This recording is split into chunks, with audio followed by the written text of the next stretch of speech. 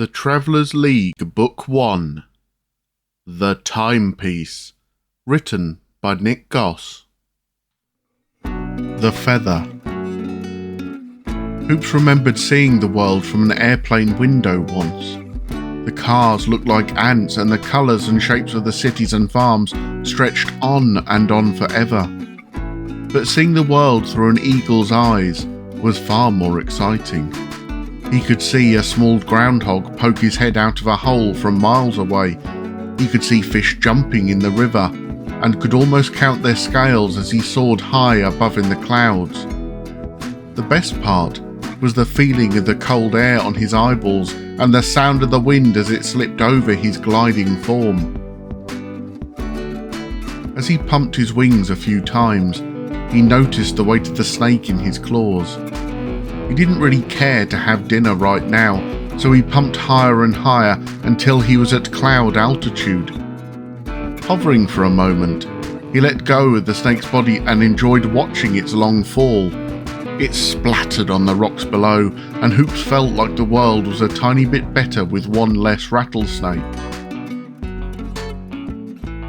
He glided and soared for a little while, getting used to the freedom of flight and enjoying the tickle and rush he felt inside as he would dive and loop and twist through the air.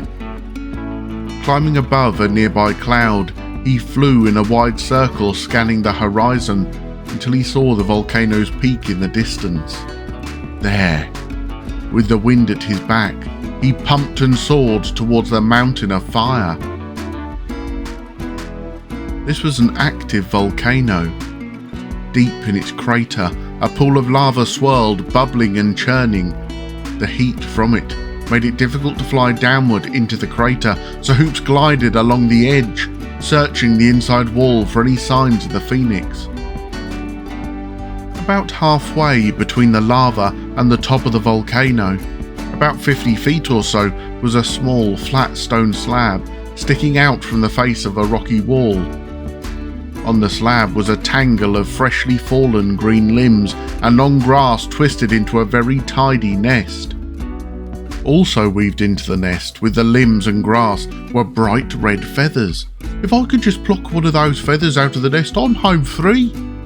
He dove into the crater and flew alongside the wall to avoid as much heat as possible. Reaching the nest, he landed carefully and tugged at the limbs and feathers. The nest was built so perfectly that Hoops had trouble getting a feather free. Still, he kept working at it. The heat from the volcano was unbearable. His eyes burned like when he would get soap or shampoo in them. He could barely open them, and he could feel his skin under his feathers sweating and stinging from the hot air. Screech! An enormous bright red bird thundered from above. Hoops knew he had trespassed into the home of the phoenix, and now he'd been caught. The huge red bird dove into the volcano towards the nest, with its talons reaching forward to strike and kill. It was time to fly. Hoops jumped out of the nest, just as the phoenix plunged into it. Hoops pumped and pumped, not looking behind him at all. He used the hot air of the volcano to lift him out of the mountain. The phoenix had hit the nest so hard it was briefly tangled in the limbs. This gave Hoops just enough time to get out of the crater and put some distance between him and the red terror behind him. As he reached the top, he dove over the edge and into the cloud below to pick up more speed. Screech! The phoenix was furious and chased him through the cloud. The fiery red wings beat the air, and Hoops could hear the thud, thud, thud behind him. He glanced back and saw the phoenix was gaining on him. He dove again to gain speed. As he did, he saw the small plateau in the distance. His great eyesight caught the form of his boy body, standing near a pile of stones with his knife still pointing up into the air. If I can get the phoenix close enough and time it just right. He pumped and dove. The enraged phoenix was right behind him, but Hoops kept a few yards of air between them. When he was finally directly overhead of his boy body, he tucked his wings in and dove straight down. He closed his eyes and summoned the tingle in his stomach again. Hoops flung his eyelids open and looked straight up. The eagle was still high up in the sky, but quickly approached. His shoulder felt like it was on fire, having held the knife up for so long. But he had just enough strength left to raise the blue blade directly over his head. When the eagle realized he was diving towards a human, it spread out its wings and whirled to the side. Hoops felt the wind from the bird on his face, but kept looking skyward. The red phoenix was just behind the eagle and didn't notice the boy until the eagle flew out of the way. Hoops pointed the knife at the fiery bird and waited to feel the vibration. The blade buzzed in his hands, signaling that the moment had come. He closed his eyes and felt the flutter inside. Hoops spread his monstrous crimson wings out and pumped as hard as he could, barely missing his boy body.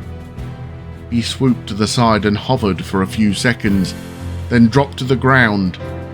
The dirt felt like ice on his claws and talons, as if he had just plunged them into a snowy river. He hoped and turned to face the boy body, holding the knife straight up over his head. "I can't believe it worked. I am the Phoenix." The thought of being in the mind and body of a legendary creature scared him. He'd already killed a majestic golden eagle, destroyed a diamondback rattlesnake, and had nearly caused another eagle to be killed. He had no interest in endangering the beautiful phoenix too. He arched his neck backward and used his beak to pluck the longest tail feather he could feel right out of his butt. Screech! It stung when he pulled it out, making his backside itch like crazy. With the feather in his beak, he hopped and waddled over to the boy body and tucked the feather under his belt. Then, with a great pump of his wings, he leapt into the sky and took off towards the volcano. When he had risen above the clouds, he whispered, "Thank you, my friend," then closed his eyes and returned to his own boy body. When Hoops dropped his arm, the knife fell to the ground. He was exhausted and couldn't move his arm at all. It was completely numb and cold. He had no sensation for several minutes.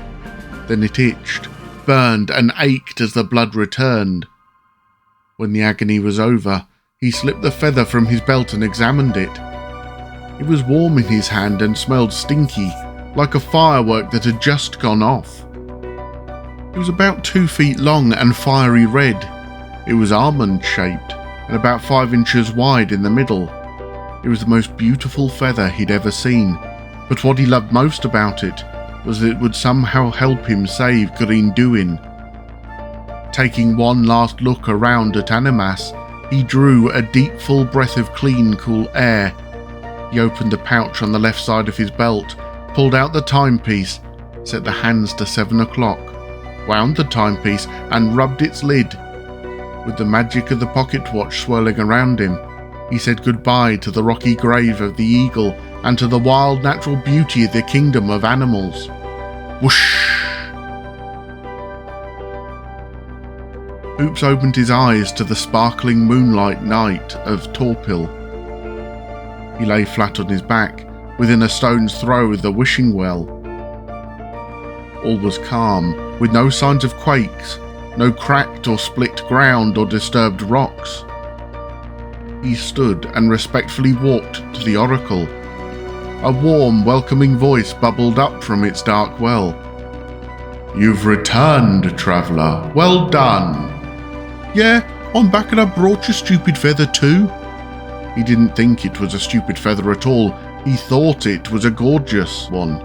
But he didn't like that the oracle had told him someone else would defeat Braxo. "Well done indeed. Give me the stupid feather, young one." The oracle was sarcastic sometimes. It reminded him of his mum. Hoops pulled the feather from his belt and admired the deep hues of red and its almond shape. He wouldn't miss its smell. Holding it over the well, he said in a loud voice, "For Grinduin," then dropped the feather into the well. He watched as it twirled downwards, rocking back and forth and slipping into the darkness below. A few moments later, a flash of light charged by glowing dust particles swirled out of the well into the sky above. Hoops had to cover his eyes for the brightness. It was a column of magic light. It bent and danced for just a few seconds, then slid back into the well and vanished. "Greenduin lives. Your friend will recover," the oracle reassured him. Hoops felt so relieved and grateful, he took a deep breath and sighed. "Thank you." The oracle wasted no time. "Your time here is now at an end. You must complete your travels." The ground trembled and shook. A gentle quake, warning Hoops that it was time to go. He popped open the timepiece, set it for 9 o'clock and gave it the gentle rub with his thumb. The dust in the air illuminated and traced its circles around him once again. He closed his eyes and held his breath.